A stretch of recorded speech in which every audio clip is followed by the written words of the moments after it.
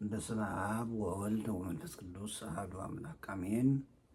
ቅዱስ ቅዱስ ቅዱስ እግዚአብሔር አምላከ አማልክት ላለው ወይገድል ወትር በሰማይ ወምድር ለከይደል እግዚኦ አምላከ ስብሐት ወክብር ወኃይል እስመ አንተ ፈጠርከ ኩሎ ወበፈቃድ ዚአከ ኩሉ ዘተፈጥረ በፈቃድካ ሁሉ ዝፈጠርካ በፈቃድካ ደግሞ ዝፈጠርከ ኩሉ ከፈቃድካ ዝማለለስ ዝነብር ቅዱስ ቅዱስ ቅዱስናትካ ትምስገን ኣብ ሓድነትካ ምንታውየ ኣብ ሰለስነትካ ረባዕ ዘይብልካ ብሰለስነትካ ንብሓድነትካ እናተመስገንካ ትነብር ሓደ ኣምላኽ ዝኾንካ ዋሕደ ባህሪ ኣብ ወልድ መንፈስ ቅዱስ ኣምላኽና እግዚአብሔር ክብሪ ምስጋናኻ ይኹን። ኣብ ርሑቕን ኣብ ቀረባን ዘለኹም ኩልኩም ህዝቢ ክርስቲያን ብክርስቶስ ክርስቲያን ወዲ እግዚአብሔር ደቂ እግዚአብሔር ተመልኩም ተፀዊዕኹም ናይ ቅድስት ድንግል ማርያም ናይ ቃል ኪዳን ወለም ውሉድ እግዚአብሔር ኣቦና መንግስቲ ሰማያት ርስትና ናበልኩም ተስፋ ትመስክሩ ኩልኩም በምን ዘለኽዎ ከመይ ኣለኹም? ናይ እግዚአብሔር ፀጋ ናይ እግዚአብሔር በረከት ምስ ኩለና ይኹን ኣሜን። እንኳን ናብ ዝሰሙን እዚ ኣብፅሐኩም እግዚአብሔር ኣምላኽና በቢ ዘለናዮ ፀጋኡ ረድኤቱ ፀጋኡ በረድኤቱ ይሓልወና ኣሜን። ሓደ መልእክቲ ከመሓላልፍ ኣብ ሎሚ ይቕነ ኣብ ትግራይ ኦርቶዶክስ ተዋህዶ ቤተክርስቲያን ኣብ ከሳቴ ብርሃን ቅዱስ ፍሬምናጦስ ኮሌጅ መራሒ ዝኾኑ ብፁዕ ኣቦና ኣቡነ ዮሃንስ ብዝሃብዎ ትምህርቲ ተለዓለ ብዙሓት ሓሳባትን ብዙሓት መልእክታትን ክወሃቡ ሪኢ ኣለኹ እየ። ምስኡ ኣተሓሒዘ ዝኾነ ሓሳብ መልእክቲ ከመሓላልፍ ኢለ እሞ በብዘለኹም ዝቃል እዚ ከተዳምፅዎ ሰሚዕኹም ደግሞ ናብ ኩሉ ከተበፅሕዎ መልእክቲ እዩ። እግዚአብሔር ኣምላኽ ምስ ኩለና ይኹን። ብፁዕ ኣቦና ኣብ ዘለውዎ ሰላም እናበልኩ ናይ ብፅነቱ በረከት ክብፅሕንውን እናተማሕፀንኩ ዝሃብዎ ትምህርቲ ብሓፂሩ ሓቃዊ ናይ መፅሓፍ ቅዱስ ትምህርቲ እዩ፣ ስሕተት የብሉን። ንቐፃሊ እውን ከምዚ ዓይነት ትምህርትታት ክወሃቡ ከለዉ ክትንገፅ ከምዚ የብልና እዩ። ተዋና ሰባት ኣጣሚሞም ኣሳሒቶም ቃላት ኣሽሪፎም ካሊእ መልክዕ ኣትሒዞም ክነግሩና ከለዉ ከይንስሓት ምንታን ከምዚ ዓይነት ትምህርቲ ክወሃብ ከሎ መፅሓፍ ቅዱሳዊ ድዩ ኢልና ክነስተውዕል ምንታን እዩ። እቱ ምስ ብፁዕ ኣቦና ዝሃብዎ ተተሓዘ ትምህርቲ ብዙሓት ሓሳባት መልእክትታት ተሰሓተ መልእክትታት ተሰሓተ ኣተረጓጉማ ስለሰማኹ ከምዚ ዓይነት ትምህርቲ ክወሃብ ከሎ ዝኾነ ይኹን ናይ ብፁዕ ኣቦና ጥረት ይኮነስ ስሕተት ዝኾነ ትምህርቲ ከተተዋህበካ መመዘኒ መፅሓፍ ቅዱስ እዩ። ሰባት ይኮኑ ዝመዝንዎ እዚ ቃል እዚ ኣብ መፅሓፍ ቅዱስ ኣሎ ድዩ? ብከምዚ ዓይነት ትምህርቲ ብይና እዩ ዝመዝን? መዛኒ መን እዩ? ይትዋና መዛኒ መን እዩ? ወሳኒ ኸ መን እዩ? እዚ ንቐፃሊ ክንፈልጦ ከለና ኩሉ ዝኾነ ይኹን መመዘኒ መፅሓፍ ቅዱስ እዩ፣ ናይ እግዚአብሔር ቃል እዩ። ወይ ተፃውም ቃል መጻሕፍት ካብቱ ተፅሓፈ ኣይትሕለፍ ተባሂሉ ተፅሒፉ እዩ። ስለዚ ዝወሃብ ትምህርቲ ከምዚ ዓይነት ክወሃብ ከሎ ንእገሌ ይመስል፣ ናይ መናፍቃን ይመስል፣ ናይ ኣህዛብ ይመስል ተባሂሉ ኣይነገርን። መፅሓፍ ቅዱስ መናፍቃን ከይተለዓሉ ተፅሓፈ ቅዱስ ቃል እዩ። መፅሓፍ ቅዱስ ኣህዛብ ከይተለዓሉ ተፅሓፈ ቅዱስ ቃል እዩ፣ መለኮታዊ ቃል እዩ። ስለዚ ከምዚ ዓይነት ጠምት ናብ እግዚአብሔር ጥራሕ ጠምቱ፣ ናብ ኢየሱስ ክርስቶስ ጥራሕ ጠምቱ ዝብሉ ቃላት ክንርኢ ከለና ኣብ መፅሓፍ ቅዱስ ኣሎ የለን ኣሎ እዩ ማለት እዩ። ትግእዙ ባህቲቶ ባህቲቱ ባህቲትከ ማለት እዩ። ጥራሕ ዝብል ኣሎ ብቻ ዝብል ኣምሓርኛ እዩ። ናብ ኢየሱስ ክርስቶስ ጥራሕ ጠምቱ ይበሃል እዩ። ናብ እግዚአብሔር ጥራሕ ጠምቱ ይበሃል እዩ። ምስጋና ንእግዚአብሔር ጥራሕ ይበሃል እዩ። ንበይኑ ንእግዚአብሔር ጥራሕ፣ ስግደት ንእግዚአብሔር ጥራሕ፣ ምስጋና ንእግዚአብሔር ጥራሕ፣ ክብሪ ንእግዚአብሔር ጥራሕ ይበሃል እዩ። ስለዚ ሓደ ትምህርቲ ኣርእስቲ እዩ ዝውስኖ። ሓደ ጽሑፍ ሓደ መጽሓፍ ዝሓዙ ርእሲ እዩ ዝውስኑ ማለት እዩ። ዝሓዙ ርእሲ ብመምህራን ልሳን ወይ ደግሞ ቃለ መምህራን ኣነጋገራ እንታይ ይበሃል? ለአጽንዖተ ነገር ልማደ መጻሕፍት ይበሃል። ሓደ ነገር ደጋጊሙ ከስምረሉ ከሎ ለአጽንዖተ ነገር ልማደ መጽሐፍ እናተባሃለ ይትርጎም እሞ ኣብ መጽሓፍ ቅዱስ ከምዚ ዓይነት ቃላት ኣለዎ ድዮም?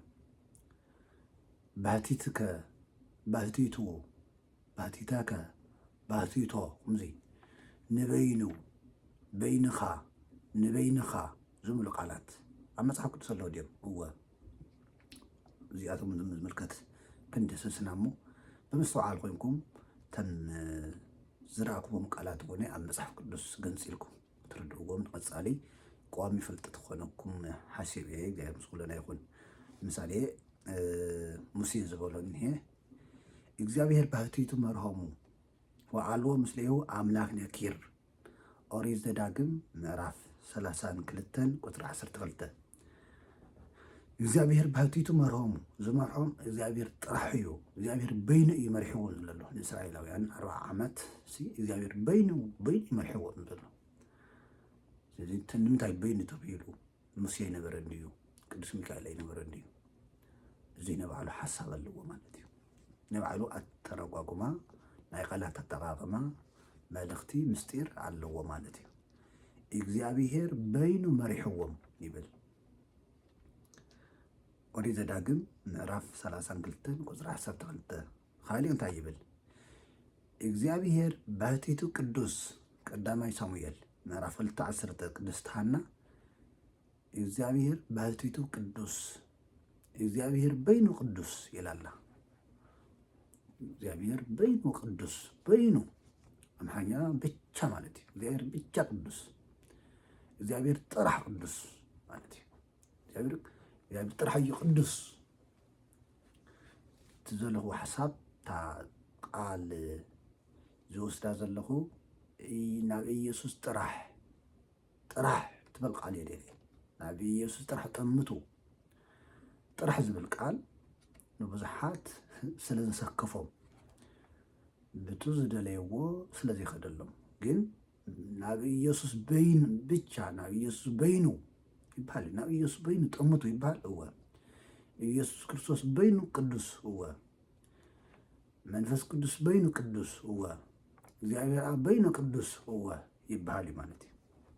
ካሊእ እስመ አንተ ባህቲትከ ተአምር ልበ ኩሉ እጓለ እመሕያው ቀዳማይ ነገሥት ምዕራፍ 8 ቁጥሪ 39 ንስኻ በይንኻ ናይ ውዲ ሰብ ልቢ ትፈልጥ፣ ንስኻ በይንኻ ይብል ኣሎ።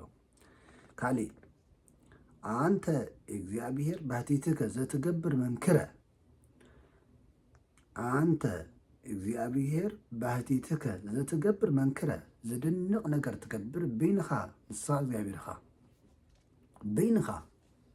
መዝሙረ ዳዊት መዝሙር 77 ቁፅሪ 14 በይንኻ አንስኻ በይንኻ እግዚአብሔር በይንኻ ተአምር ትገብር በይንኻ ይብል።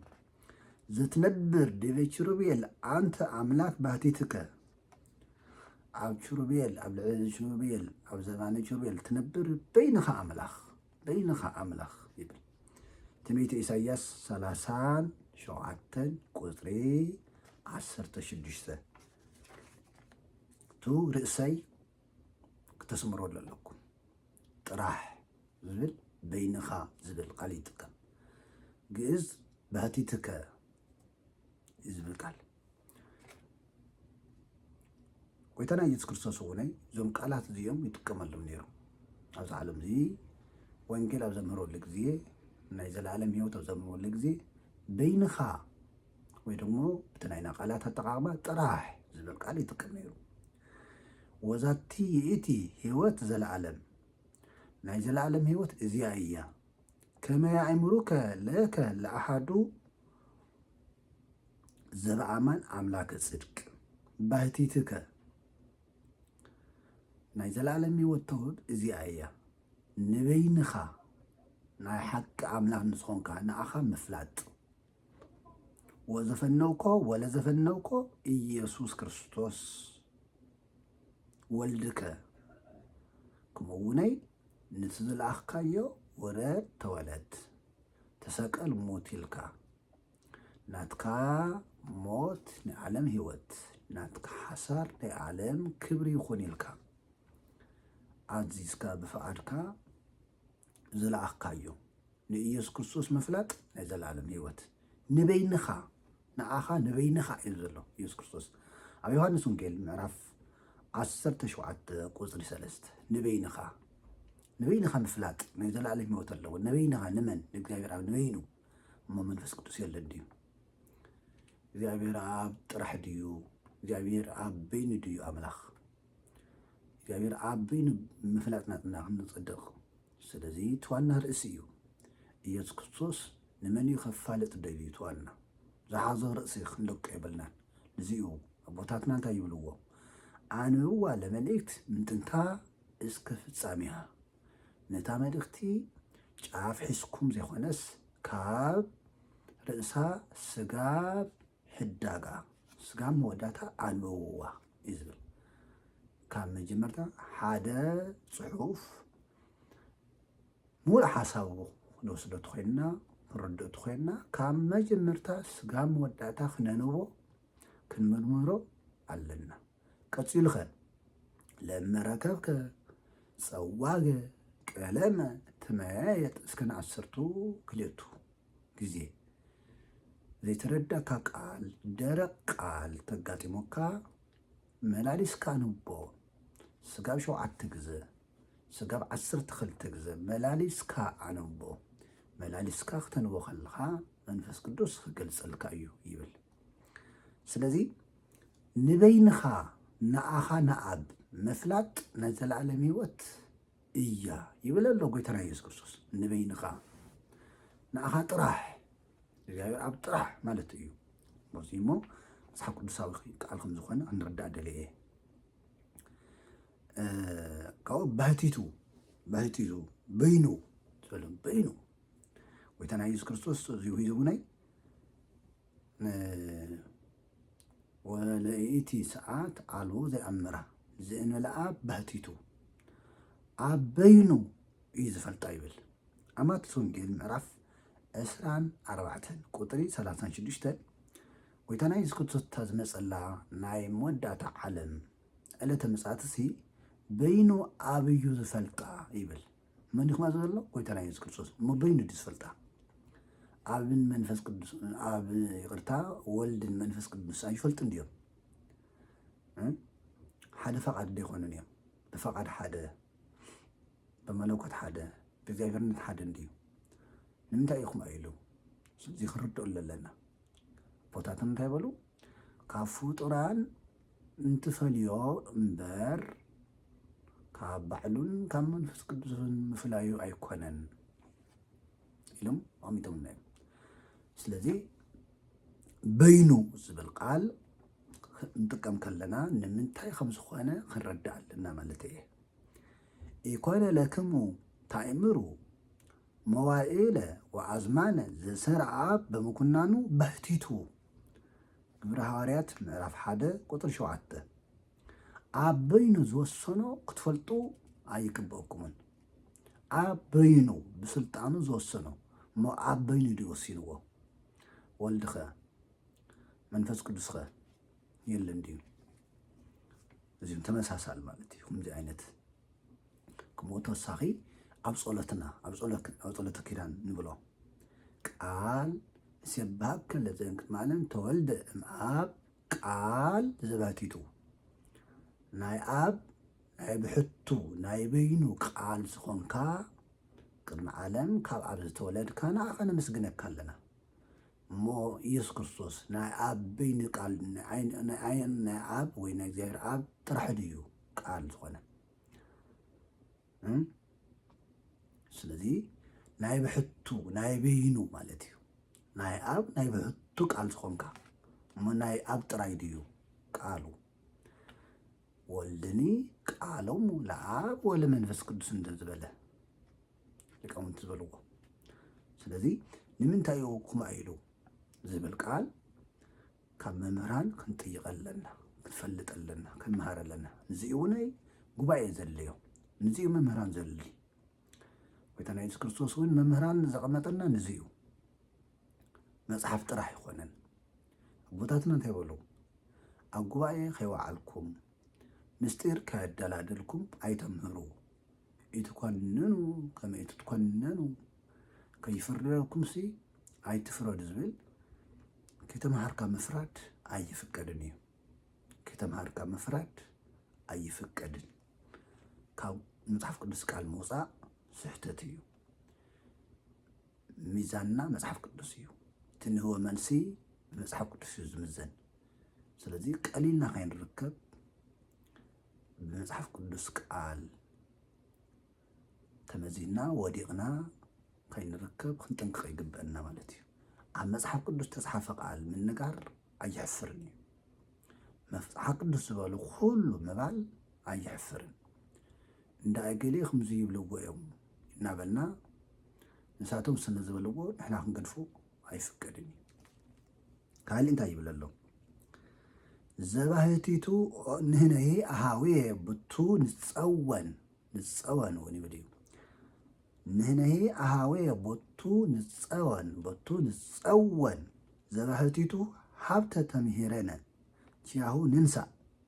ዘባህቲቱ ሃብተ ናይ በይኑ ሃፍቲ ዝኾነት ናይ መን? ናይ በይኑ ናይ መን? ናይ ኢየሱስ ክርስቶስ። እንታይ በይኑ? ሃይማኖት። ናይ በይኑ መንግስተ ሰማያት። ናይ በይኑ ምስጢረ ቁርባን። ናይ በይኑ መንግስተ ናይ በይኑ ድያ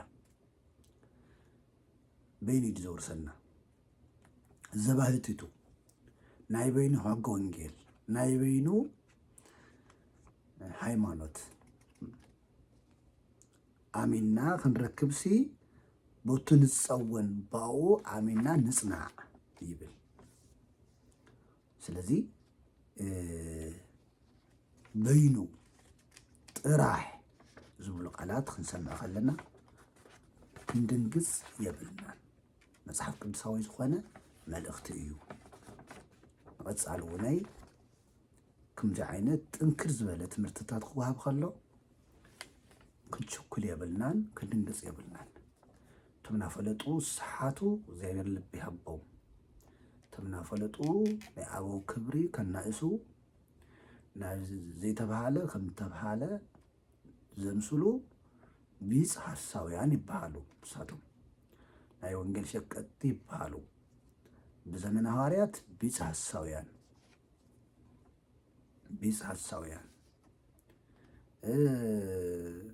ብዘመነ ሊቃውንቲ እውን ነይሩ እዩ፣ ስም ኣለዎም እዩ። ኣፀራራ ቤተክርስትያን፣ ኣፀራራ ወንጌል እናተባሃሉ ይፅውዑ እዮም። ስለዚ ኣብ ውሽጢ ቤተክርስትያን ኮይንኩም ግን ሸኩልኩም ፍርዲ ትህቡ ክጥንቅቑ ይግበአኩም ማለት እዩ። እዚ ክብለኩም ደልየ። ስለዚ ካሊእ እውነይ ብተወሳኺ ትኩሉ ግዜ ንብሎ ኣብቲ ቤተክርስትያን ንጥቀሞ ቃል ክንደግምና ሃበነ እግዚኦ ኣዕይንተ ኣእምሮ፣ ናይ ልቢ ኣእምሮና ክፈተልና፣ ወአእዛንነሂ ቃለ ዘባህቲትከ ይስምዓ፣ እዝኒ ነብስና እውነይ ክፈተልና፣ ናይ በይንኻ ቃል ንሰምዕ። ናይ መን? ናይ በይንኻ እሞ ናይ በይኑ ጣልብ ቃልትና ንሰምዕ ዘለና። ትክክል እውነይ ወንጌል ክስማዕ ዝግብኦ ብእዝነ ነብሲ እዩ። ወንጌል ብእዝነ ስጋ ይስማዕን። ወንጌል ምግበ ነብሲ ስለዝኾነ ብእዝነ ነብሲ እዩ ክስማዕ ዝግብኦ። ብእዝነ ነብሲ ድሕዝ ዘይሰሚዕና ፍሬ መንፈስ ቅዱስ ክነፍረይ ንኽእልን ኢና። እሞ እንታይ ይብሉ? ናይ በይንኻ ቃል ክንሰምዕ ዝብል ማለት እዩ። ብካሊእ ድርሳናት ናይ ቤተክርስትያን ድርሳናት እንታይ ይብሉ? ከምዚ መሳሰለ ቅዱስ ቅዱስ ቅዱስ እግዚኣብሔር ፀባኦት ህቡር ህላዊሁ ዘይትበዓድ ለቱ ለባሕቲቱ ይደሉ ሰጊድ ዘይፍለ ዘይኽፈል ባህሪኡ ሓደ ዝኾነ ቅዱስ እግዚአብሔር ሎቱ ለባሕቲቱ ይደሉ ሰጊድ ንበይኑ ስግደት ይግባእ ንመን ንበይኑ ቅዱስ አባ ጊዮርጊስ እዩ ንበይኑ ስግደት ይግባእ እሞ ንኻሊእ ሰይንሰግደንና እሞ ንበይኑ ይበሃል ካሊእ ብተመሳሳሊ ሎቱ ለባሕቲቱ ይደሉ ስባሄ ንበይኑ ንኡ ንበይኑ ምስጋና ይግብኦ ንበይኑ ኣብቲ ምስጋና ናይ ባህሪ ምስጋናን ናይ ፀጋ ምስጋናን ስለ ዘሎ እዩ ንበይኑ ዝብል ቃል ዘሎ ክነመስግኖ ከለና ንበይኑ ዝምስገን ወሲኽና ነመስግኖ የለን እስመ ሎቱ ለባሕቲቱ ይደሉ ኣምልኮ ስግደት ንበይኑ ኣምልኾትን ስግደትን ይግብኦ ይብል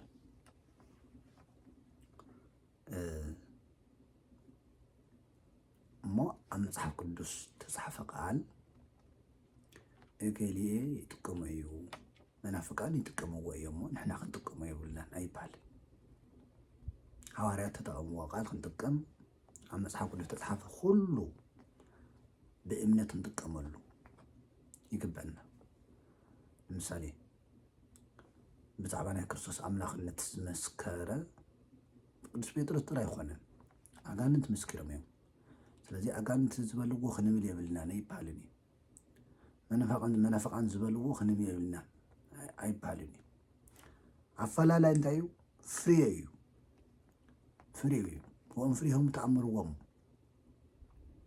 ኣብቲ ቃላት ተጠቃቅማ ኣይኮነን ኣብ ጥቕሲ ኣይኮነን ኣጋንንት ይጠቕሱ እዮም መናፍቃን ይጠቕሱ እዮም ምፍለይ እንታይ እዩ ፍርየ እዩ ምፍለይ እዩ ኣኮ ኩሉ ዘይበውእ ዘይብለኒ እግዚኦ እግዚኦ እግዚኦ እግዚኦ ዝብለኒ ኩሉስ ናይ እግዚኣብሔር መንግስቲ ወራሲ ኣይኮነን ዘእንበለ ዘይገብር ፈቃዶ ለኣወየ ናይ ኣቦይ ፈቃድ ዝፍፅም እዩ ዝብል ናይ ኣቦይ ፈቃድ ዝፍፅም መፍለይ ንሱ እዩ ማለት እዩ ብእምነት እዩ ዝፍለ ብእምነት እዩ ዝፍለ ብእምነት እዩ ዝፍለ ስለዚ ኣብ ዘመን እዚ ብዙሓት ዘይተረድኦም ብቱ ዝሓለፈ ትምህርቲ ኣብ ካሊእ ኣንዚዖም ተጠቐሙ ሰባት ኣሉ እዚ ካብ መፅሓፍ ቅዱስ እንታይ ይበሃል ዘይምብሳል ይበሃል ዘይበሰሉ እዮም ማለት እዩ ዘይበሰሉ እንታይ ይብለና መፅሓፍ ቅዱስ ፀባ ደኣ እምበር ዕፁም ብልዒ ኣየልየኩምን እዩ ይብለና ሰብ ደረቕ ዕፁም ምግቢ ክበስል ኣለዎ ክዓቢ ኣለዎ ተዘይበሲሉ ተዘይዓብዩ ፀባ እዩ ዘድልዮ ቅዱስ ጳውሎስ ናብ ዕብራውያን መልእኽቲ ፅሓፉ እቶም ዕብራውያን ክርስቲያን ምዕራፍ 5 ካብ ቁፅሪ 12 ጀሚሩ ዕፁም ብልዒ ኣየልየኩምን ህዝብና ወንጌል ስለ ዘይተምሃረ ኣእማደ 5 ኣእማደ ምስጢራት ቤተክርስትያን ስለ ዘይተምሃረ ትርር ዝበለ ድርቕ ዝበለ ቃል ክነገር ከሎ ይድንግፅ ከምዚ እውን ዶ ይበሃል እዩ ይብል ዕፁም ምግቢ ዘይምዕባይ እዩ ቅዱስ ጳውሎስ ክማእዙ ዘሎ ፀባ ዝቕለብ ዘበለ ኩሉ ቆልዓ እዩ እሞ ስጋ ማዕዝና ቆልዓ ኮይና ክንነብር ስጋ ማዕዝና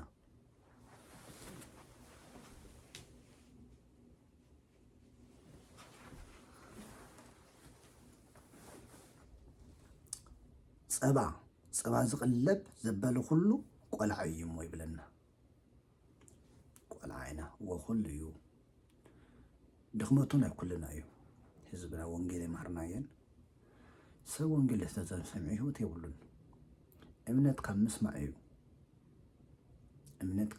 እዩ ብፀቦና ተደናጊርና ኢሎም ብፀቦና ተደናጊሮም ዘይኮኑስ ነቲ ህዝቢ ወኪሎም እዮም እሞ ተደናገረ ህዝቢ የብልና ድና ተሓቂ ዘይንዛረባ ንምንታይ ኢና ተደናጋሪ ህዝቢ የብልና ብትክክል ኩሉ ኣእማደ ምስጢር ተምሃረ እዩ بتخكل نسو فطرن فتان زفل حزب زلنا عميرنا يرنا أيمرنا ينكو أيمرنا ينكو سكول نور زلنا مكرا فتراس بتخكل نسمعت النزل قليل كوانا زد الذي بونجل تانس حزبنينا ودو بتخكليو ناي وبوتاتنا رديت يتفلينا ناي ولدنا صقا يتفلينا بناي قدوسان قال كيدان علنا ግን ይዘኸ ህዝ ዘለና ኩልና ካብር ዓዲ ስከብ ተሕትስ እንሄዳለን መንፈስ ቅዱስ ጸጋ እንሄዳለን ረድኤተ እግዚአብሔር እንሄዳለን ስለዚ ተደናግርና ማለም ንሶም ኣብ ማእኸል መምህራን ነዋዕሉ ኣብ ማእኸል ሊቃውንት ነዋዕሉ ተደናገሮም ይኾኑ ተደናገር ህዝብ ግን ኣሎ ተደናገር ህዝብ ኣሎ ንምንታይ ድዩ ካብ ቤተክርስቲያን ዝፍለ ዘሎ ተደናገር እንዲዩ ካብ ቤተክርስቲያን ወፂ ዝኸድ ዘሎ ተደናገር ይኾን እንዲ ኣዳራሽ መሊእዎ እንሄ ተደናገር ይኾን እንዲ ተደናገር ይኾነ ትክክል ተረድኦ ህዝብ ኣለና ቃል እግዚአብሔር ተረድኦ ሰብ ኣሎ ሓቂ ዝፈልጥ ህዝብ ኣሎ መጽሓፍ ቅዱስ ዝብሎ እኮ ንሓቂ ፍለጥዋ ሓቂ ሓርነት ክትውፀኩም እየ ዝብለና መጽሓፍ ቅዱስ ሓቂ ሓሶት ተለማመድ ህዝብ ይብልና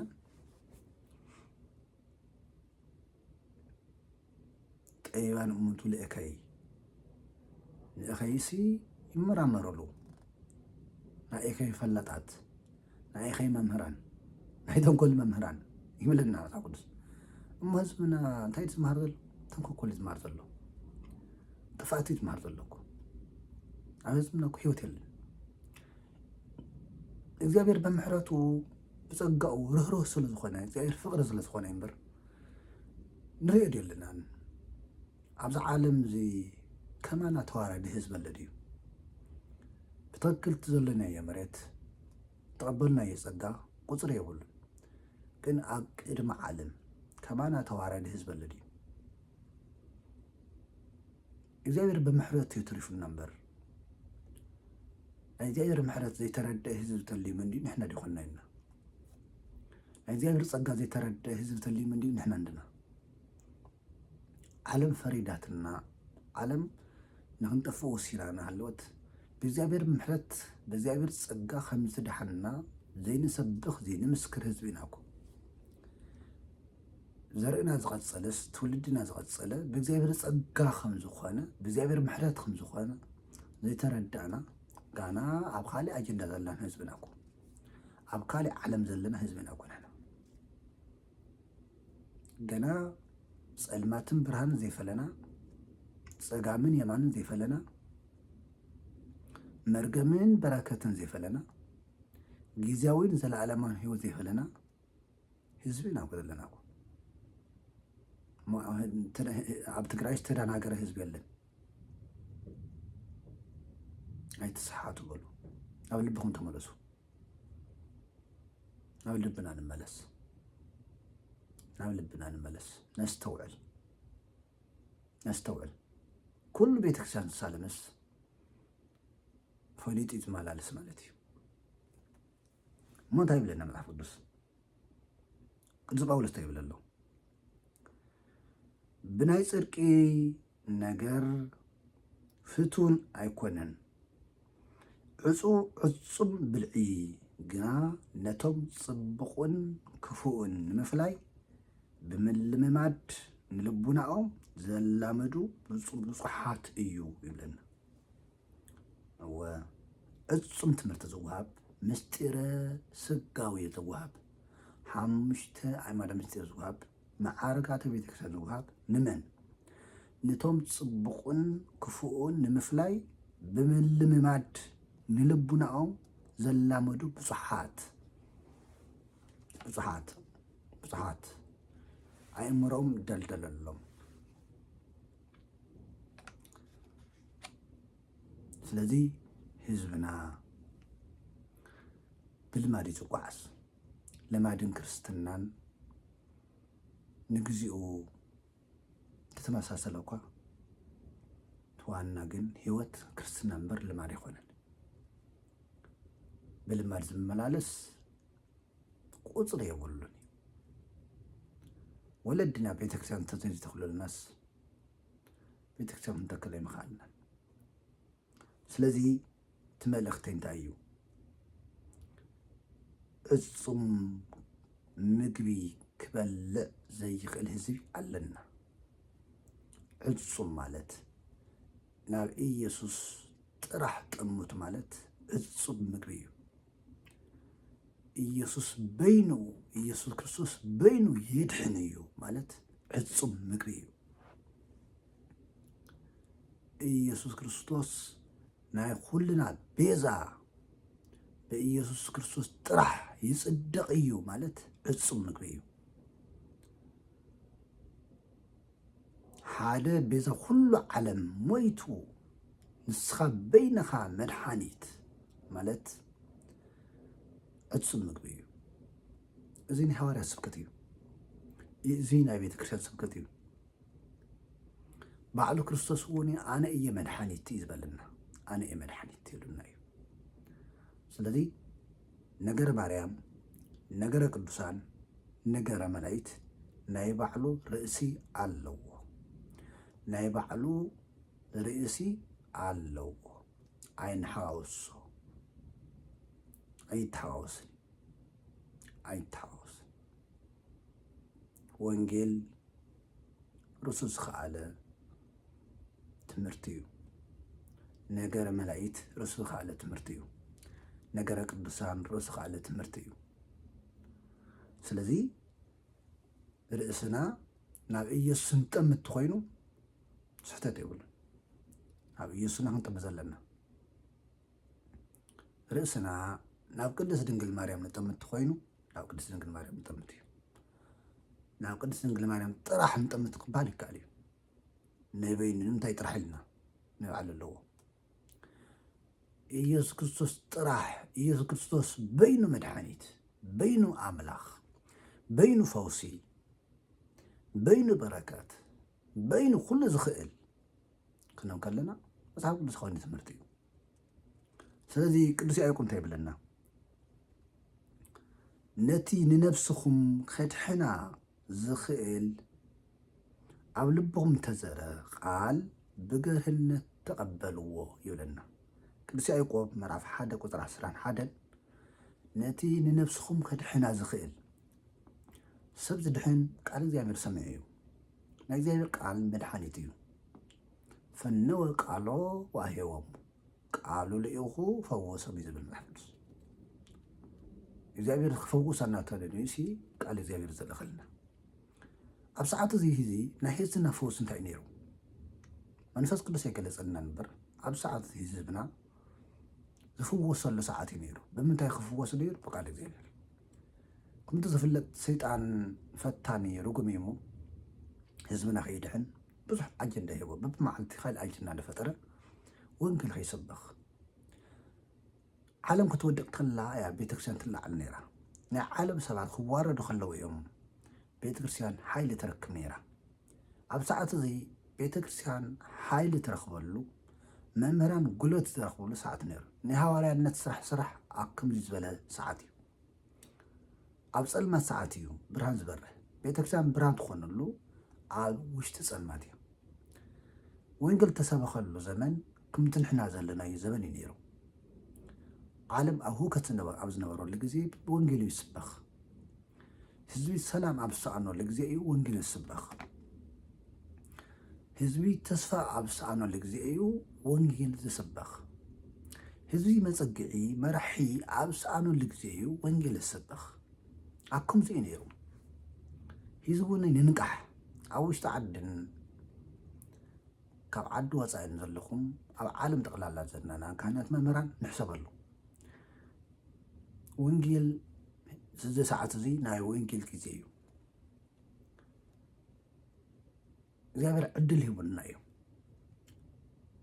ሰፊሕ ግዜ ሂቡና እዩ ወንጌል ንምስባኽ ሰፊሕ ግዜ ሂቡና እዩ ንጠቐመሉ ስለዚ እንታይ እዩ ዝብሎ ዘሎ ኣቱም ሰማዕቲ ቃል እግዚአብሔር ንነብስና ቤዛ እዩ ነቲ ንነብስኹም ከይድሕና ዝኽእል እዩ ዝብሎ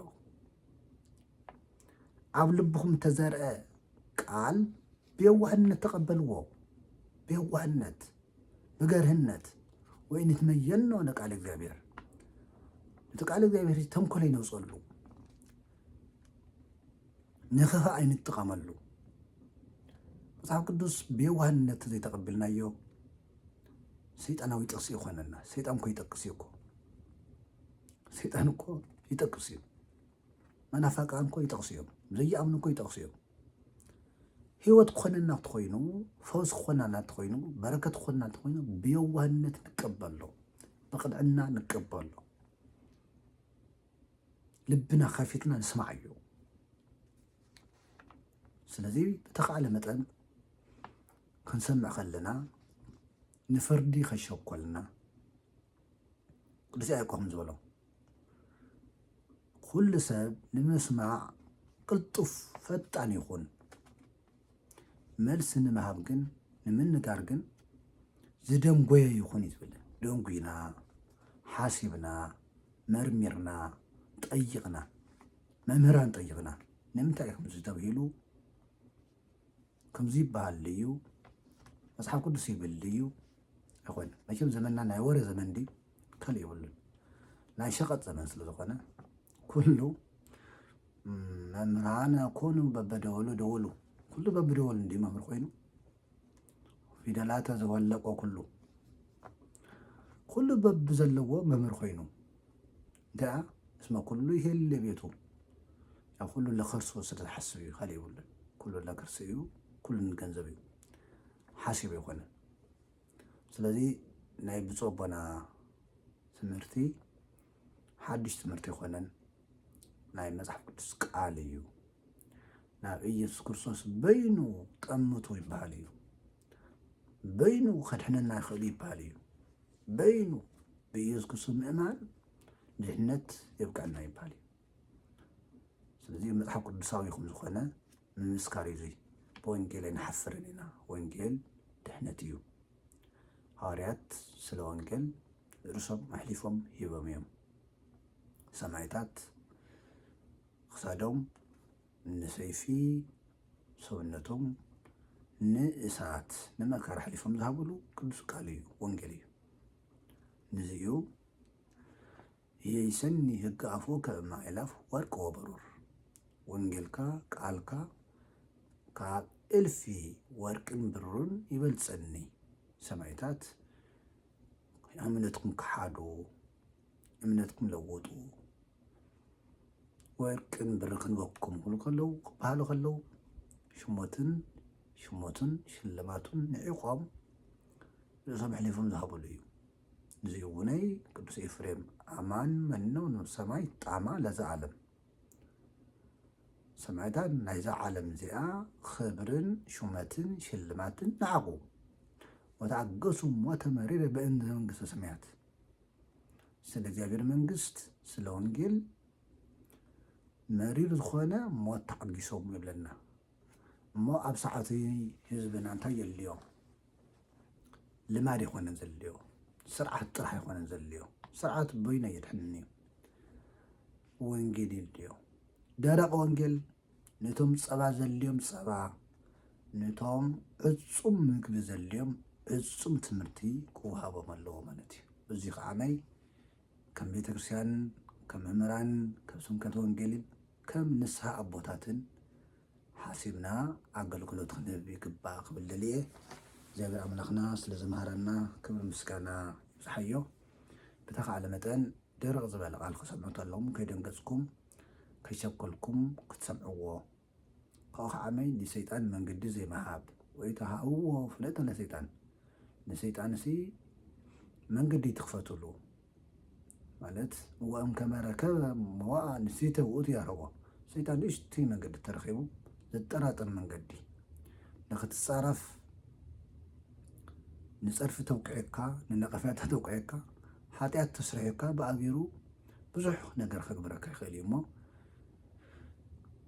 ብጥንቃቄ ኮይንና ብምስተውዓል ኮይንና ክንሰምዕ ይግበአና ክብል ደልየ ዝምሃረና ዝገስጸና እግዚአብሔር ክብሪ ምስጋና ይብጽሓዮ። እግዚአብሔር ምስ ኩልና ይኹን አሜን።